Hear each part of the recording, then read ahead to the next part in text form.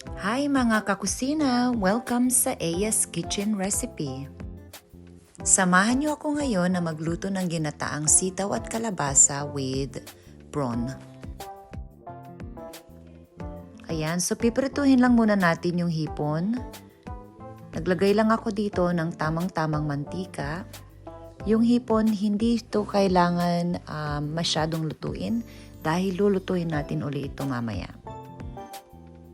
Kailangan lang itong baliktarin at tansyahin para hindi siya maging overcook.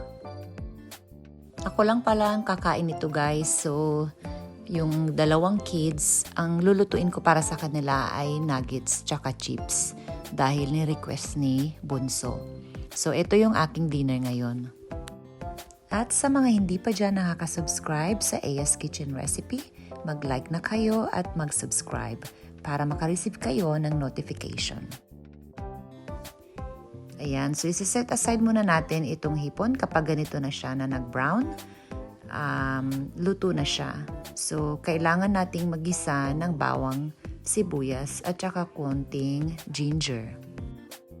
Dito, hindi ko nahugasan yung pan. So, lalagyan ko lamang siya ng konting oil. Tapos magigisa na tayo ng bawang, sibuyas at saka ng ginger. Ito pala yung pinaka-favorite ko sa ginataan. Nilalagayan ko siya ng konting ginger at fresh yung nilalagay ko. Tapos maglalagay lang dito ng patis at saka ng paminta.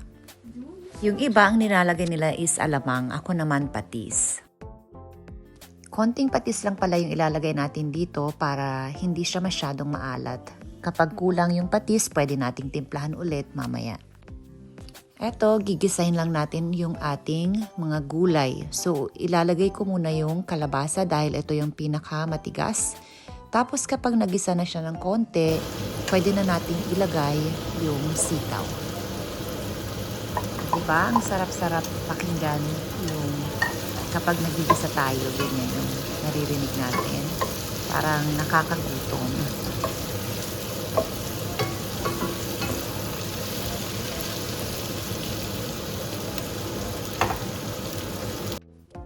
Ilalagay ko na rin dito yung ating gata. So, ang nilagay ko dito yung nasa canned na coconut milk. Isasabay ko na siya para kapag niluluto natin yung mga gulay, naluluto na rin yung ating gata. Takpan lang natin ito, tsaka natin i-simmer. Sinasabay ko na rin na lutuin yung para sa kids. So, ang niluluto ko para sa kanila ay chips at saka nuggets. Ang chips pala tawag dito sa fries. Fries pala pag sa Philippines. Medyo late na pala ako nakapagluto ng dinner dahil late na rin ako natapos sa work.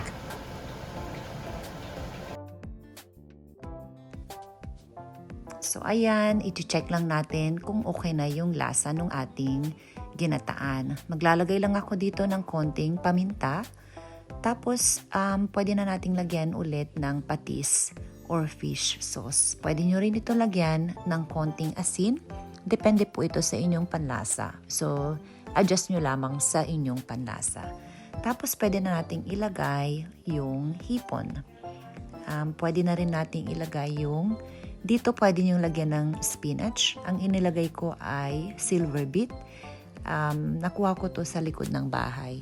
So, hindi na ako bumili. Tatakpan lang natin ito ng mga 2 to 3 minutes. Medium high heat. Tapos, pwede na siyang iserve. Luto na yung ating dinner.